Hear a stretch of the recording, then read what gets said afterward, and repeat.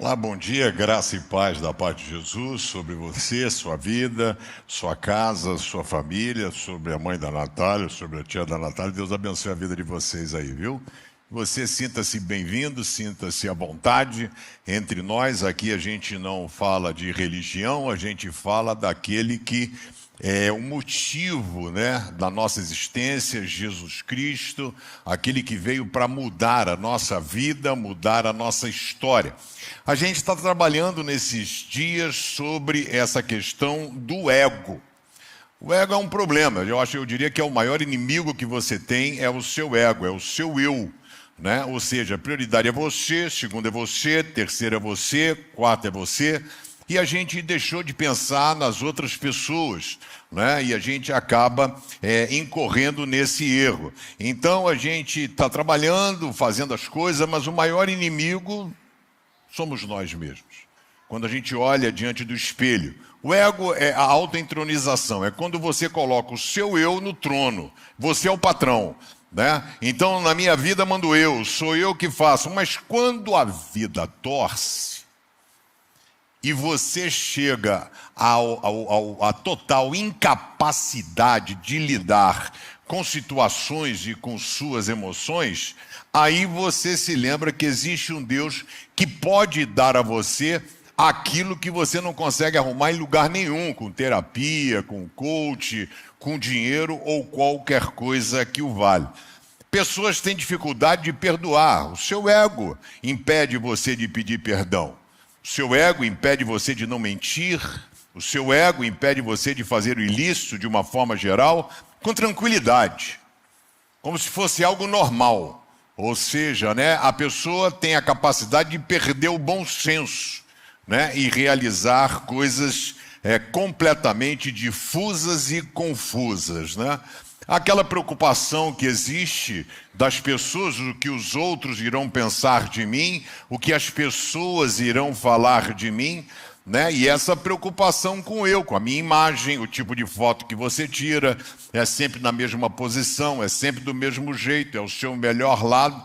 Eu gravei um vídeo recentemente e caiu aqui uma perereca da boca, né? Uma faceta, caiu aqui, né? E eu gravei o vídeo mesmo, assim, do lado de cá, onde estava o negócio. Podia falar, pô, grava do outro lado, porque aqui gravou. Aí 2 dentistas, né? Porque o cara, você fala e ele olha só para sua boca, né? Aí falou assim, Pedrão, caiu aí, a perereca caiu, mas a gente já bota no lugar, né? Então, o ego é o único trono. O cara senta no trono, é um rei. Mas o ego, quando nós sentamos no trono, é o único que nos transforma em escravos. A gente se torna escravo, e quanto mais servimos a nós mesmos, menos livre a gente se torna. O problema de hoje é a teologia, né, de várias igrejas, né, onde ensina que você pode ser um cristão meia-boca, um religioso de faz de conta, de vez em quando eu vou não sei aonde, de vez em quando eu faço isso, de vez em quando eu faço aquilo, mas quando você precisa de Deus, você quer tudo. Né? Então quer que Deus pare tudo que Ele está fazendo para poder dar atenção a você como uma pessoa mimada. Mas a vida não funciona assim. A vida funciona de um relacionamento a ser construído com o Todo-Poderoso. Isso vai gerar em você uma instabilidade pessoal. Por isso que eu quero falar com você, o papo aqui não é de religião. Porque não é a igreja católica que vai te salvar, não é esta igreja que vai te salvar, não é esse pastor e não é o padre, é Jesus. Então o negócio é você alinhar a sua vida com Ele e permitir com que Ele tenha liberdade para agir na sua vida.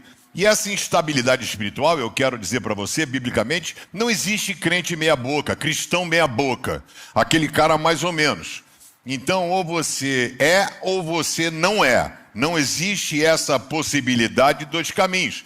Você pode ser um simpatizante do Evangelho, eu gosto de Jesus, acho ele maneiro, tem um crucifixo, tem uma foto dele lá em casa, né? E não ter raízes profundas, alicerces, que vai fazer com que você, quando passar por uma forte tempestade, não seja arrastado ou levado por ela, né? Então, nada que você faz às vezes dá certo.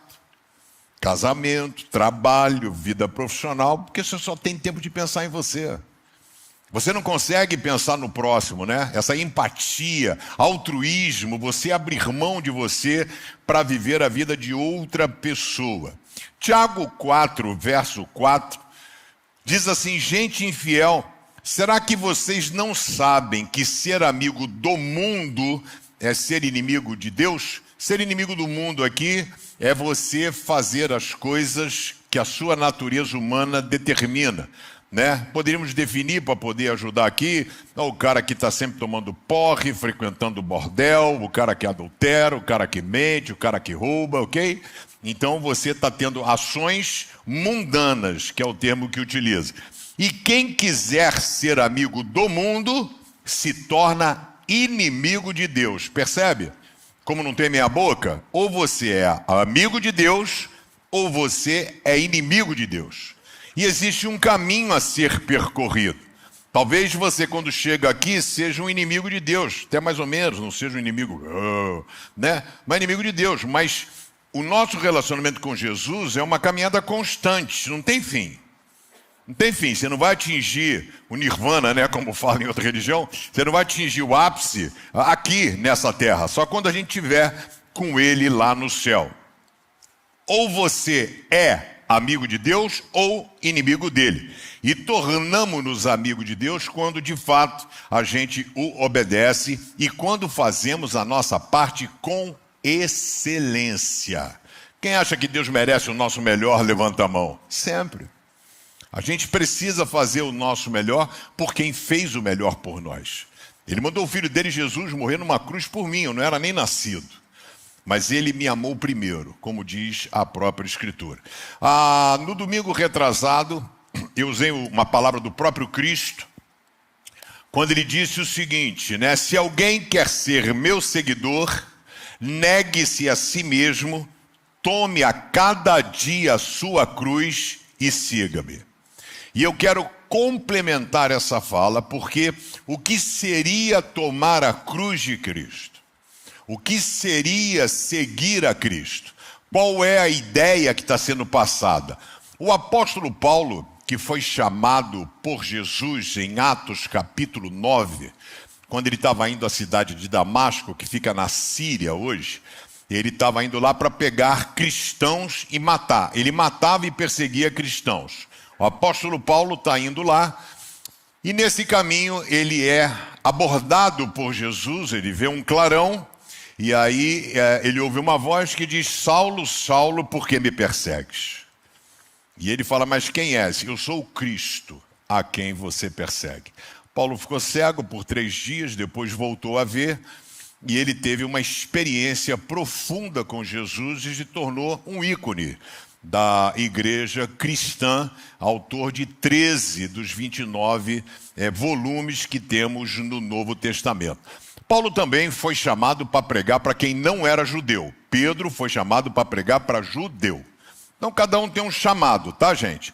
Então ele foi chamado para pregar para não judeu. Então ele fez sua viagem missionária, sua primeira viagem, Atos capítulo 13.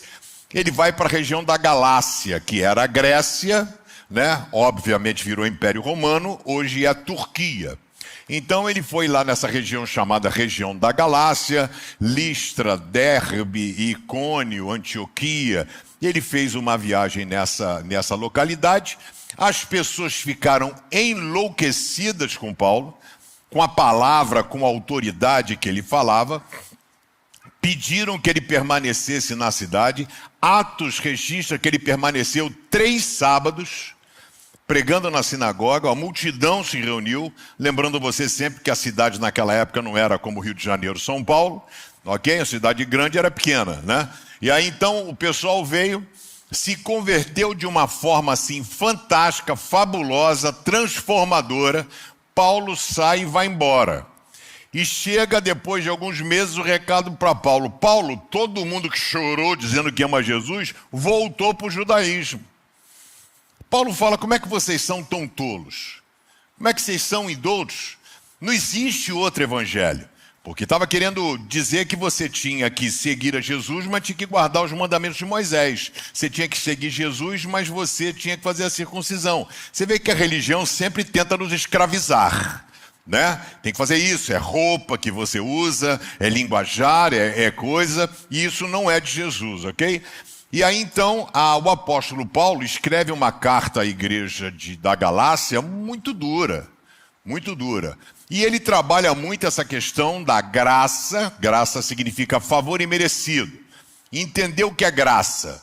Seu filho foi reprovado na escola, fumou maconha, engravidou a vizinha e você dá uma viagem para ele para Disney, um carro 0 km, um iPad e um iPhone 17 Pro Max. Alguém aqui faria isso? Ninguém, né? Porque nós não somos graciosos. Mas foi o que Deus fez por você quando mandou Jesus morrer na cruz. Isso é graça. A gente não merecia. Nós somos o aluno reprovado, a gente é isso tudo, pecador, mas Deus mandou Jesus para nos salvar. Aí Paulo então complementa, abre a sua Bíblia em Gálatas 2, 19, ele vai dizer o que nós temos que fazer com a cruz de Cristo. Você pegou a cruz de Cristo, e aí? E aí? Aí Paulo diz, eu fui morto com Cristo na cruz. É o que falta para muitos, morrer com Cristo na cruz. Morrer para uma vida de pecado, uma vida de orgulho, uma vida de teimosia, uma vida pegar e ser crucificado com Jesus. E aí qual é o fruto de você ser crucificado com Cristo? Paulo diz, assim já não sou eu quem vive, mas Cristo é quem vive em mim. Ou seja, Paulo diz, eu morri para as minhas vontades. Eu não vivo. Quem governa a minha vida, o nome dele é Jesus. É Cristo que vive em mim. E esta vida que vivo agora, eu a vivo pela fé no Filho de Deus, que me amou e se deu a si mesmo por mim. Vamos orar? Obrigado, Senhor, pelo privilégio que temos de estudar, meditar sobre a Tua palavra. Que Teu Espírito Santo tenha liberdade de agir em nossos corações, fazendo aquilo que o Senhor deseja. Sonda os nossos corações, vê se há em nós alguma coisa que não está legal, e o Senhor possa tirar, a começar pelo meu. Que eu seja um instrumento nas suas mãos hoje. Eu oro em nome de Jesus. Amém. Em primeiro lugar, o que você precisa aprender, e hoje em dia está uma dificuldade, é ser honesto. Honesto com Deus. Né? As pessoas aprendem a ser desonestas numa velocidade muito rápida, né? Então, e torna-se algo comum e algo normal. Então as pessoas conseguem passar uma pseudo-religiosidade. Eu sou um cara que você olha para mim e fala, nossa, que crentão, e o cara é da pá virada, né? Então é ser honesto. Deixa eu falar uma coisa para você. Não tem nada que você faça que fique oculto aos olhos de Deus. Você faz, tem vergonha, esconde, faz de conta que não aconteceu, mas aconteceu. Está lá, né? E a gente precisa resolver isso. Como? Pregando na cruz de Cristo. Quando a gente é morto na cruz com Cristo, a gente morre definitivamente para uma vida de pecado. Amém? Pecado é separação de Deus. O pecado é separação de Deus. Por isso que Paulo diz em Romanos 3, 23, o salário do pecado é a morte. Não é a morte física, é a morte espiritual. É a separação, é a ausência de Deus. Eu não consigo sentir Deus, eu estou com medo, eu estou inseguro, eu não sei o que eu faço, eu estou perdido, entendeu? A ausência de Deus na nossa vida. E Paulo fala que antes disso ele tinha tentado o caminho da lei. Ele tentou o caminho da religião. Ele fala, eu fui fariseu dos fariseus. Se teve fariseu, eu fui o melhor. Foi estudado na melhor escola, né, que foi Gamaliel, o professor dele. E eu quero dizer para você que da mesma forma nós fracassamos enquanto tentamos dar conta individualmente dos seus problemas. Você não vai conseguir resolver o seu problema sozinho.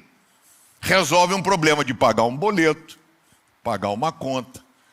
Mas ausência de perdão, ausência de amor, ausência de misericórdia, ausência de paz, você não consegue comprar. Então a cruz não é um adereço, é um instrumento de morte para o nosso orgulho. Colocar na cruz de Cristo aquilo que me impede de receber dele o melhor. E Jesus morreu na cruz para tirar, carregar o nosso peso, o fardo e nos dar a leveza que é o relacionamento genuíno com ele. O que falta hoje é honestidade com Deus. E honestidade, amigo, é de fio a pavio. Honestidade é no seu comportamento, é no seu dízimo, é na sua entrega, na sua devolução daquilo que você dá com o Senhor. Porque você fala, eu vou à igreja, eu vou no corpo, mas dízimo eu não dou. Não é fiel. Então não tem meia boca, né? Então, não dá, dízimo é questão de fé.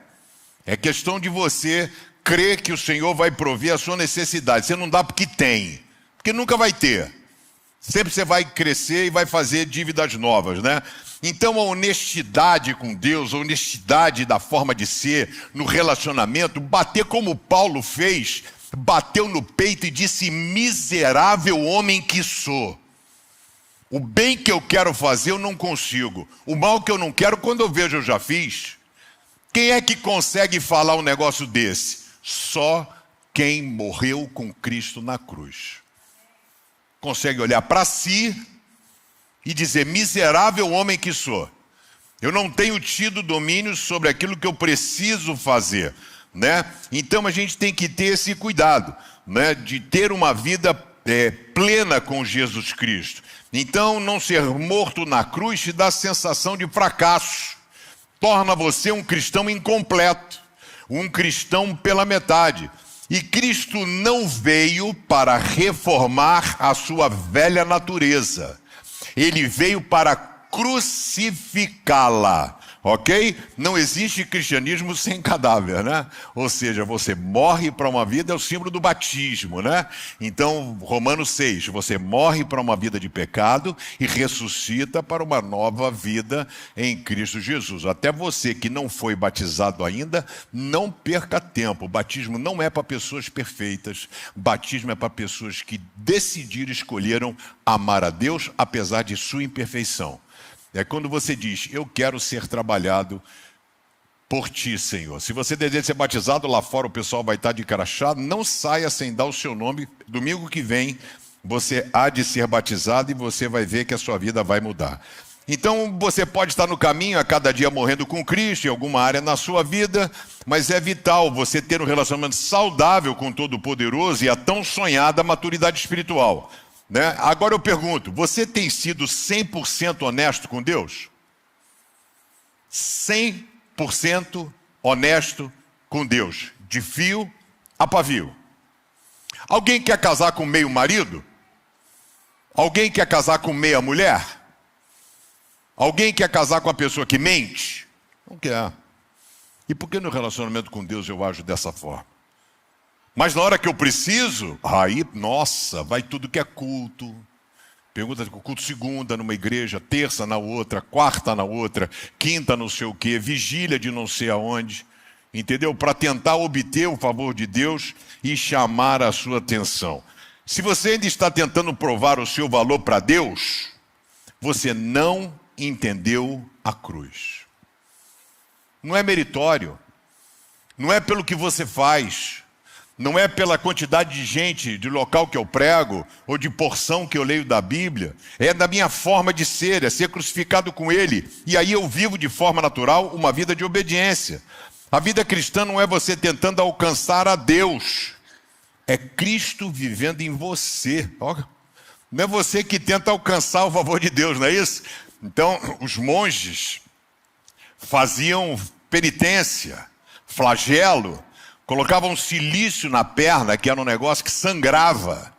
Eles pegavam e chicote e ficavam batendo, que eles achavam que assim, sacrificando a carne, porque tinha um texto na Bíblia que diz mortificando a carne, mas é o desejo, não é você bater na carne.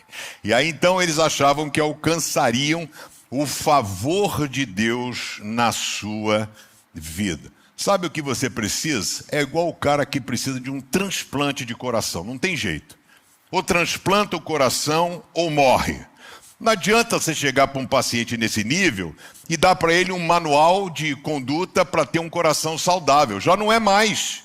Já foi para a vala. Ele precisa de um transplante. Da mesma forma, a vida cristã não é um manual de autoajuda espiritual, mas um transplante de vida. Sai a sua vida falida e entra a sua vida vitoriosa em Cristo Jesus. Quem deseja isso, diga amém.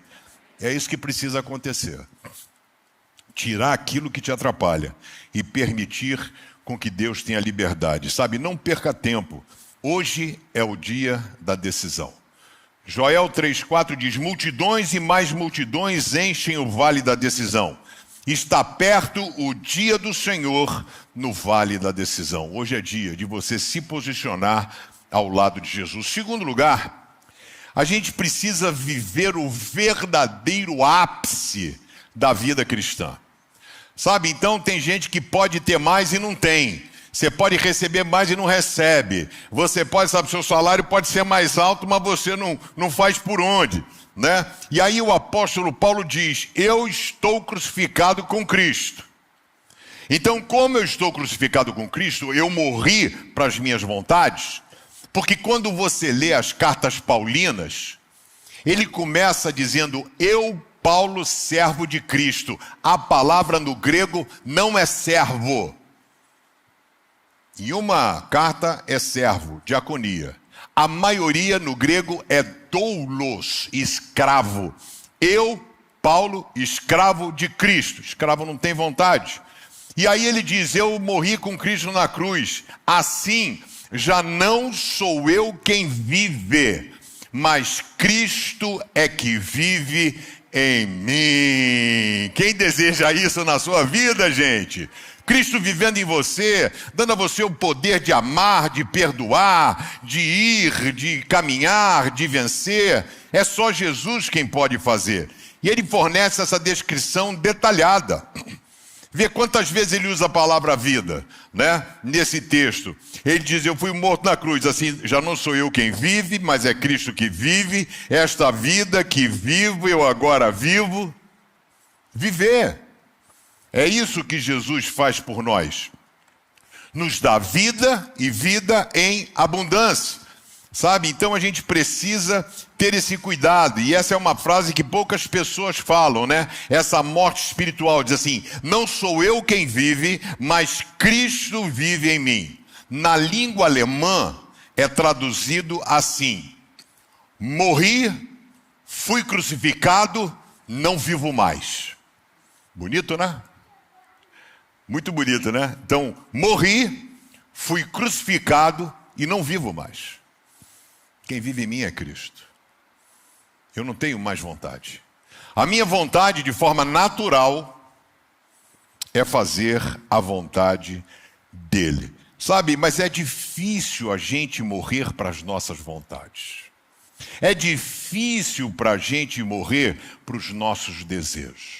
É difícil você abrir mão de velhos hábitos praticados há muito tempo. A vida cristã é uma caminhada contínua de aperfeiçoamento.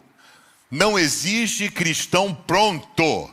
Não existe cristão preparado. Nós estamos em fazimento. Deus está fazendo e trabalhando na nossa vida, sabe? Então, não há um aperfeiçoamento realizado por força pessoal. Igual você faz uma dieta, você faz musculação, você faz um mestrado, faz uma pós, se dedica no trabalho, quebra o recorde de vendas. São coisas que você faz, mas não é um aperfeiçoamento pessoal. É Deus quem aperfeiçoa você. E eu quero dizer que você foi feito por Deus e Deus está modelando você. Sabe o que é lindo no texto de Jeremias 18? Lindo.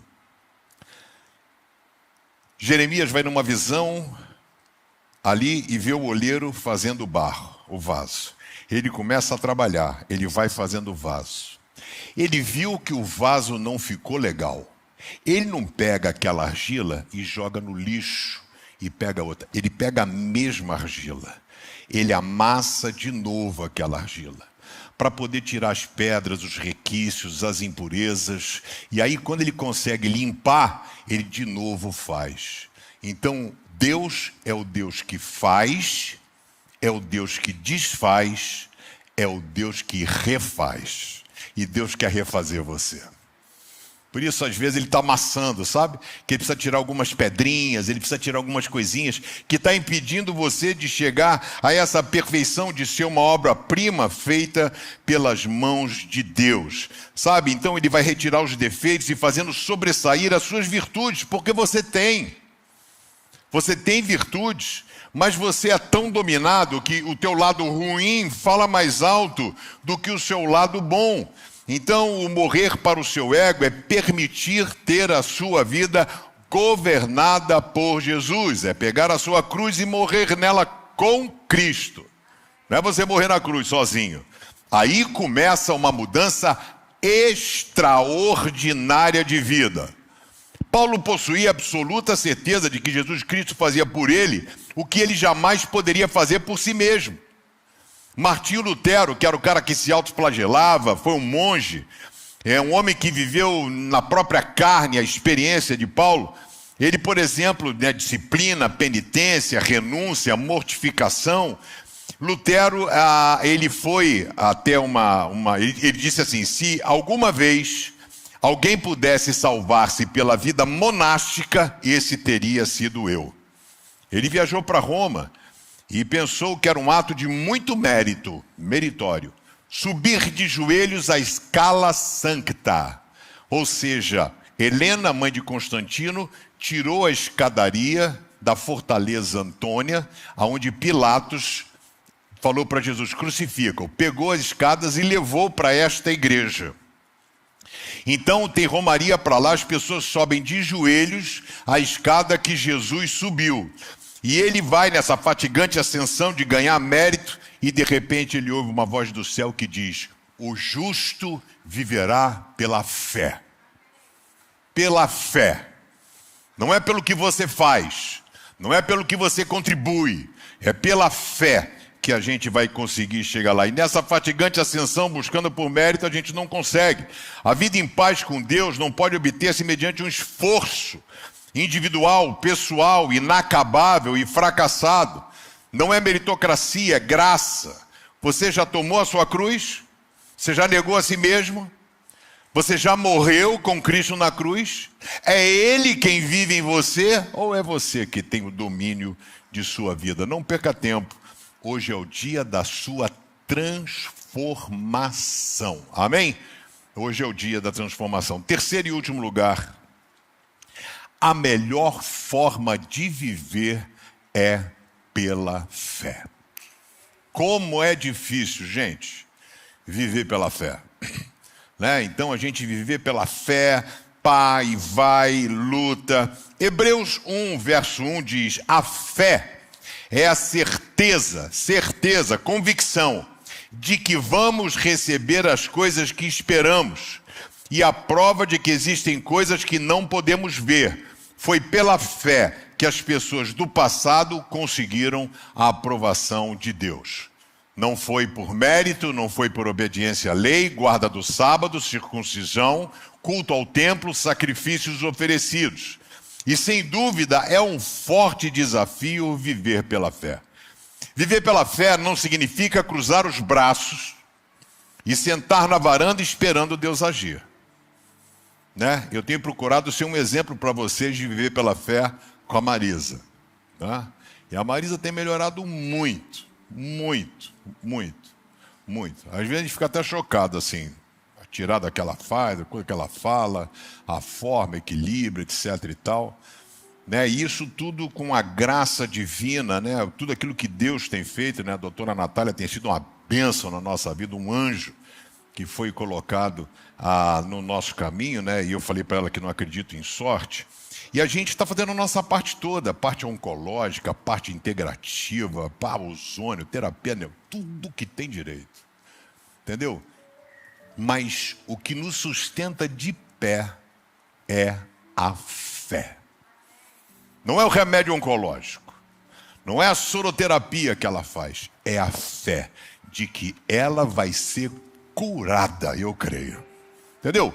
Então é pela fé. Fé não é acreditar que Deus vai fazer o que você quer, mas é descansar em Deus, sabendo que Ele já fez o que você precisava na cruz. sabe? E você precisa chegar até a cruz. Viver pela fé é ação em movimento, né? E é na direção certa, na direção de Deus. E é muito interessante porque o capítulo 11 de Hebreus, que é chamado de Galeria da Fé, todas as referências nominais começam dizendo assim: foi pela fé que Abel, blá, blá, blá, blá, blá, blá, blá, blá, blá. Foi pela fé que Enoque, foi pela fé que Noé, foi pela fé Abraão, Isaac, Jacó, José, os pais de Moisés, foi pela fé que as muralhas de Jericó caíram quando o povo marchou 13 vezes sobre a muralha. Raabe, Gideão, Baraque, Sansão, Jefté, Davi, Samuel e os profetas. Foi pela fé. Não foi porque foi um bom crente, não foi porque é o culto, não foi porque oferecia sacrifício, mas foi pela fé na promessa de Deus que um dia ele mandaria o Messias, o filho dele. E hoje, estou para avisar para você que Jesus já veio. Tanto que quando você preenche a data, é referência à data do seu nascimento. Existe o antes e o depois dele. Paulo mostra como é o caminho para conseguir viver pela fé. Ele dá continuidade à fala de Jesus: negue-se a si mesmo, tome a sua cruz, siga-me. E ele expande o relacionamento. Ele fala: não é só carregar a cruz não, viu? É preciso morrer nela com Cristo. Não é autoflagelação, tem que morrer na cruz com Cristo. Assim sendo, o Pedrão morreu. E aí eu posso dizer que a minha humanidade, as minhas vontades, a minha carnalidade, elas morreram. Por quê, Pedrão? O que você fez? Nada. Porque Cristo vive em mim.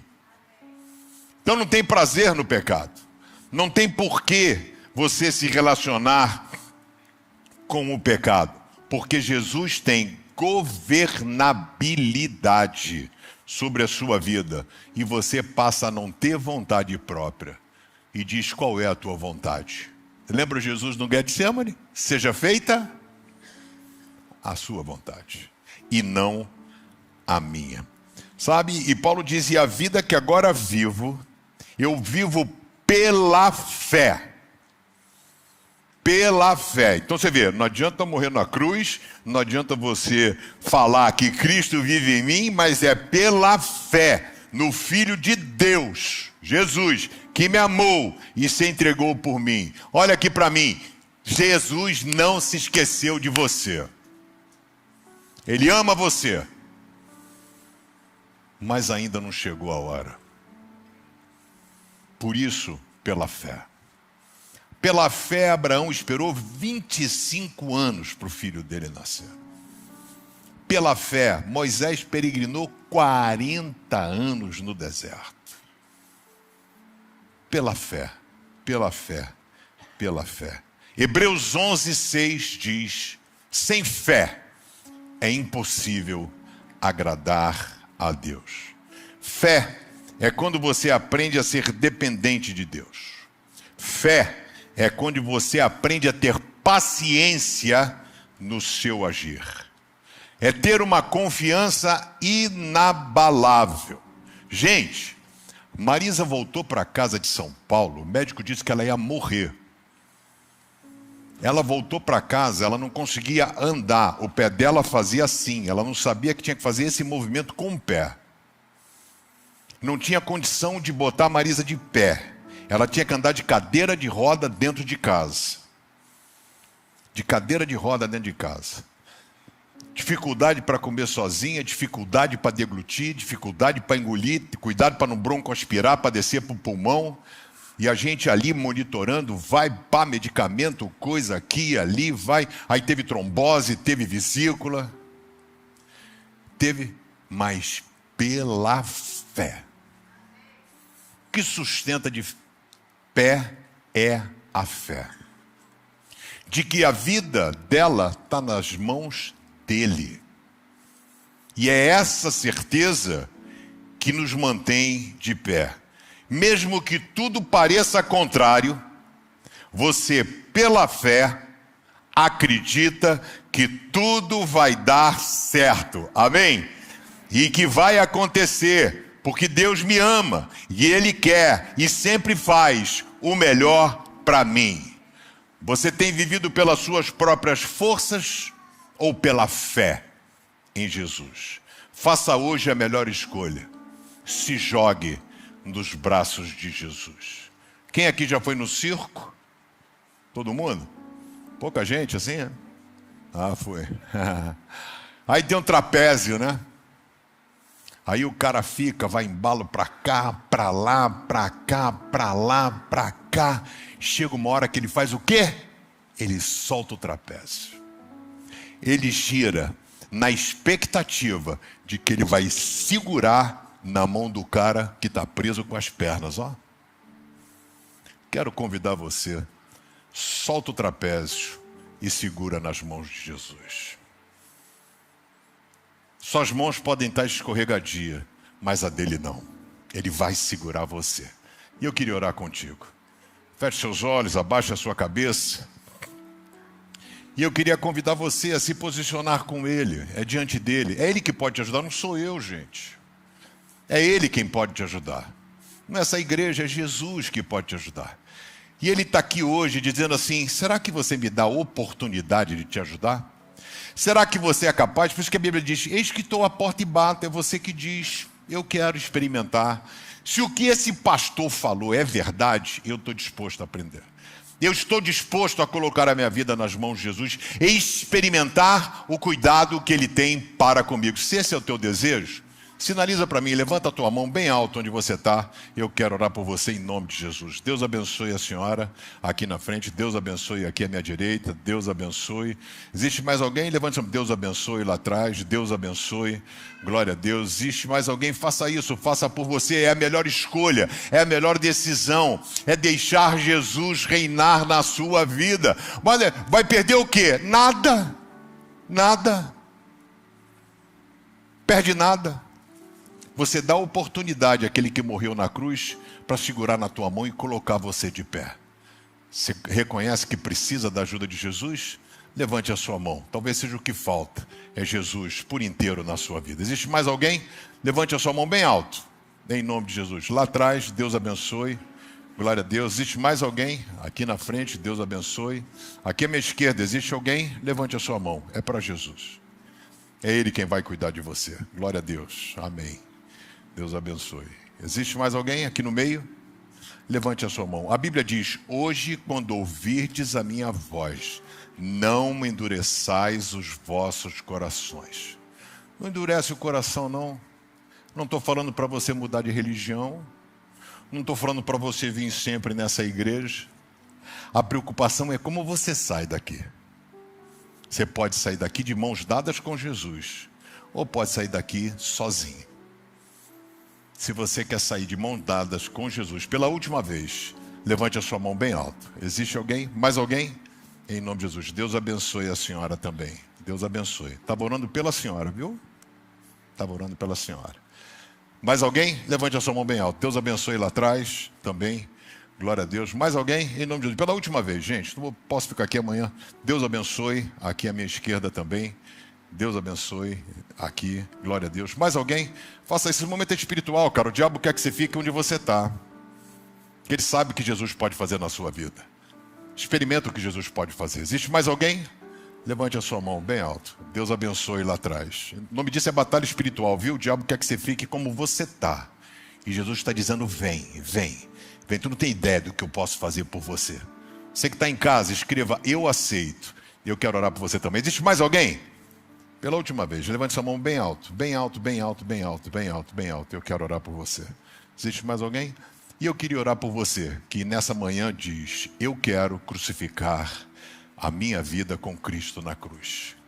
Eu quero ter essa experiência de já não mais eu, quero matar meu eu. Eu quero que Cristo viva em mim. Fique em pé no seu lugar, eu quero orar por você, em nome de Jesus.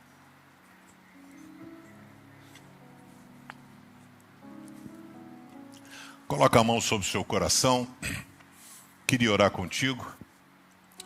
Pai, perdoa as nossas falhas, os nossos limites, a nossa incapacidade, a nossa imperfeição em lidar com as situações mais inusitadas da vida. E pedimos, Senhor, que hoje, a começar por mim, eu possa morrer com Cristo na cruz, Senhor. Não é carregar a cruz, é morrer nela, para que o meu eu deixe de viver e que Cristo possa alcançar a plenitude em nossas vidas. Enche-nos da tua presença. Sela, Senhor, os teus filhos com o sangue de Jesus. Dá-nos a certeza de que não estamos sozinhos. Derrama a tua graça sobre nós, o teu favor, o teu cuidado, a tua proteção e a tua provisão. Eu oro em nome de Jesus. Amém e amém. Você pode aplaudir ao Senhor, querido? Pode sentar só mais um pouquinho. Nesse momento você vai poder fazer a entrega do seu dízimo e oferta. Você que está nos visitando, sinta-se muito à vontade. Essa igreja é diferente de quase todas, porque a gente não fica aqui 2 horas pedindo dinheiro, né? A gente entende que Deus é o dono do ouro, o dono da prata, Ele toca no coração de quem Ele quiser. Se você está sentado numa cadeira legal, um microfone legal, foi porque pessoas acreditaram em você, né? E é essa oportunidade que a gente tem de agradecer a Deus. Por isso, generosidade é que nós chamamos esse momento, porque a generosidade transforma. A generosidade, o nosso foco é alcançar pessoas para Jesus. Então, se você puder, a gente lhe agradece. Ali tem o QR Code do banco, pix@cbrio.com.br, e também o pessoal tem um baldinho. Se você trouxe a sua oferta presencial, quiser dar, o pessoal vai recolher. Faça isso, mas faça com alegria no seu coração.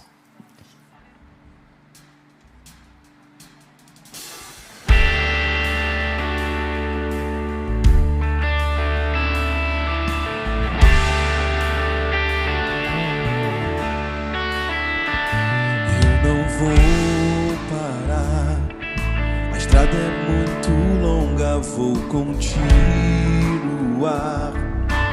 Em meio às lutas eu não estou só, sinto aqui. A vida é mesmo assim.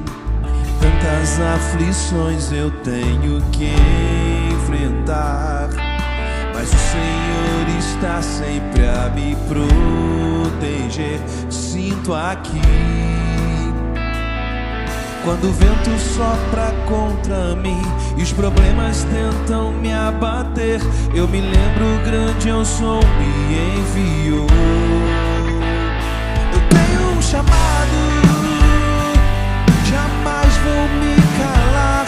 Eu tenho um chamado, o evangelho anunciar. Eu fui escolhido no ventre da minha mãe. Eu sei que Deus não abre mão de mim, não. Há muito a fazer, não há mais tempo pra olhar atrás.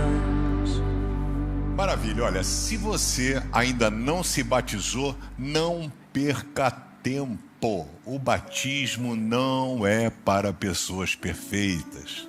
O batismo são para pessoas imperfeitas que decidiram seguir um Deus perfeito. O batismo é um ato público, acontecerá domingo que vem. Você vai poder dar o seu nome ali, o pessoal vai estar de crachá, o time logo aqui na saída. De crachá, você fala, dá o seu nome, nós vamos entrar em contato com você, tirar todas as suas dúvidas e você poderá ser batizado. O batismo, a gente batiza porque Jesus disse que nós deveríamos ir, ensinar, batizar. Em nome do Pai, do Filho e do Espírito Santo. A gente segue a orientação dele, amém? Vamos ficar de pé mais uma vez. E também grupo. Se você ainda não se conectou a um grupo, você está pecando. Então se conecte a um grupo. Lá fora o pessoal vai apontar para você.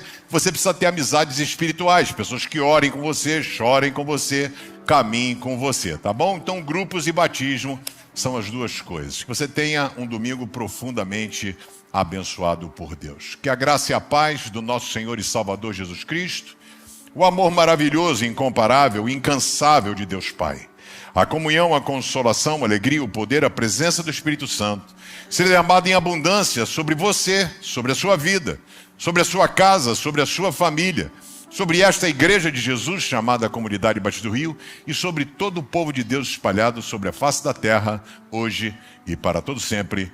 Amém e amém. Você que entregou a sua vida a Jesus,